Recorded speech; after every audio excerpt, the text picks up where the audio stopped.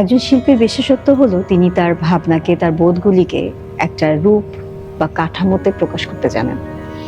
এই বিশেষত্বটা একদিক থেকে যেমন তাকে একটা আলাদা মাহাত্ম্য দান করে, একইভাবে একটা দূরত্ব তার তৈরি হয় বাকি তার পারিপার্শ্বিকতা, তার সামাজিকতা, তার আশেপাশের মানুষগুলির সাথে। কারণ তার ভাবনার গতি প্রকৃতি, তার প্রকাশভঙ্গি বাকিদের মতো না, এবং সে তার কর্মে বাঁচতে চান।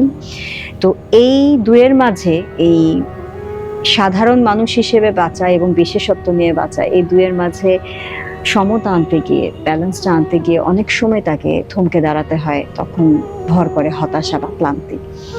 তো এই ক্লান্তির জায়গা থেকে ফিরবার পথ বা হতাশা থেকে ঘুরে দাঁড়াবার পথ, অনেক পথ মত তত্ত্ব আছে।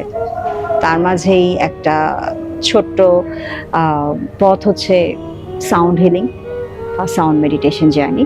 আমরা আগামী 10 তারিখ একসাথে হব এরকম একটা আয়োজন নিয়ে, যেখানে শিল্পী তার নিজেকে ফিরে পাওয়ার একটা সুযোগ হয়তো খুঁজে নিতে পারবেন তার মাঝে।